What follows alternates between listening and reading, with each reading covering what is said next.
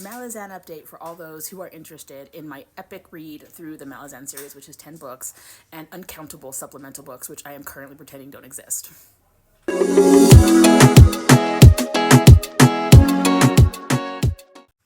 I fully intend to do a complete read through of Malazan once I hit the end, because there's so much I know I am not grasping, and a read through will be probably even more amazing and epic than the first read through. So I will work all the supplemental works into my read through more than likely, because I'm excited to get to those at some point. But for my little acorn brain, sticking with the main series is enough for me right now. So I am about 70% of the way through Memories of Ice, which is the third book in the Malazan series. Here are my current rankings of the three books. Number one, Memories of Ice. I'm not even done with that bitch yet, and it's already number one. This has been the most thrilling, dark, epic, brutal book I've ever read, and I am loving every second of it. So many things are clicking, so many things are coming together. I am thoroughly thrilled with Memories of Ice. Number one, not even done with it yet. Number two, this is where I differ from a lot of the Malazan fan base at this point, but I liked Gardens of the Moon the best. That is the first book in the Malazan series. It drew me in immediately. It was interesting, it was confusing, it was a lot of information, and I absolutely cannot get over how much I loved Gardens of the Moon. Did I love it as much as Memory of Ice? Clearly not, but it's really, really close right now. And number three is the second book in the Malazan series, which is Dead House Gates. This is where a lot of the Malazan fandom feels like the series really picked up, but I was grabbed from the start with Gardens of the Moon, so I really still enjoyed Dead House Gates. I have no problems with it. I loved the characters. I thought they were very, very interesting, but it has been my least favorite out of the three so far, but I still loved it. Malazan has been a whirlwind. I am learning things that I was confused about in the first 700-page book, in the third 1,200-page book.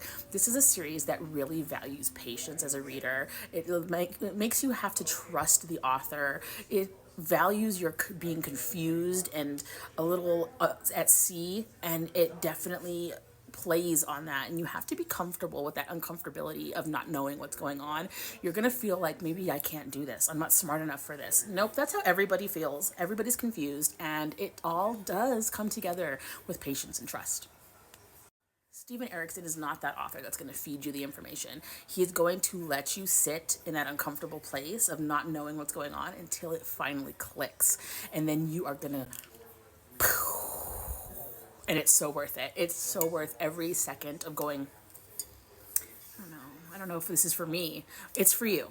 Trust me. Now, this is a series that absolutely is for more seasoned fantasy readers. There are some books I could recommend that if you are good with those, you'll be good with Malazan. So let me know if you're interested in that video, because I think that would be a fun video to make.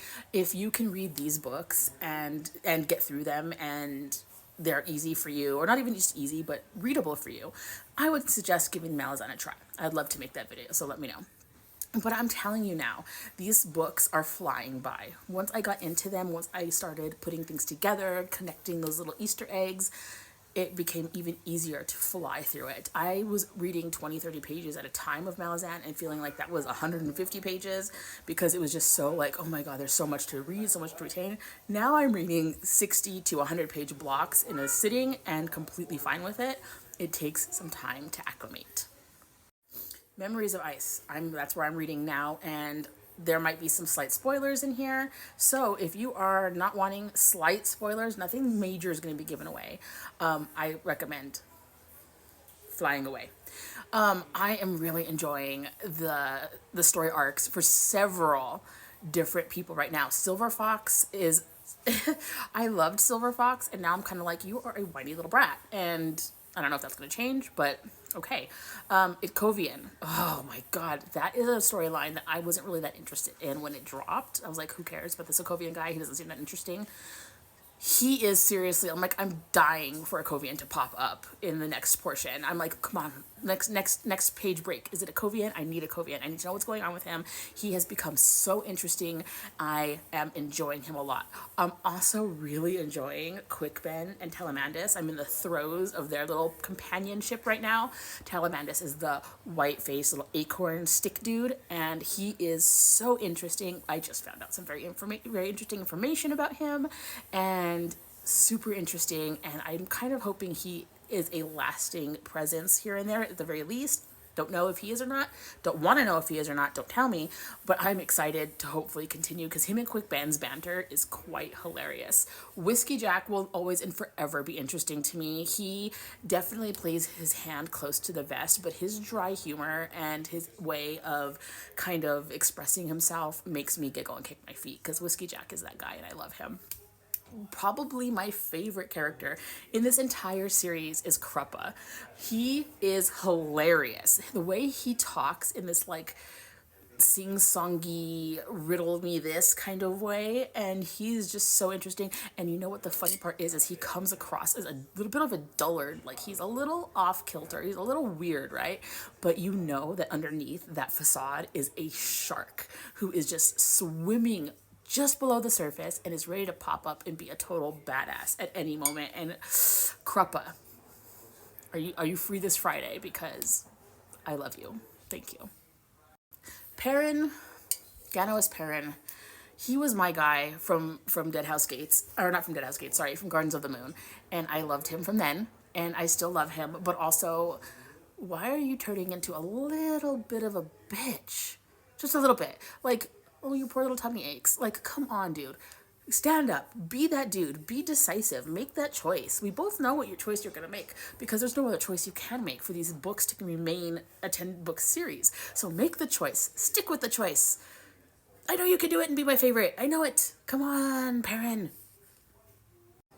Now, another thing about these books is the books follow different storylines and story arcs. So I know, based on what's going on and how it's been going so far, that House of Change is probably not going to have these characters.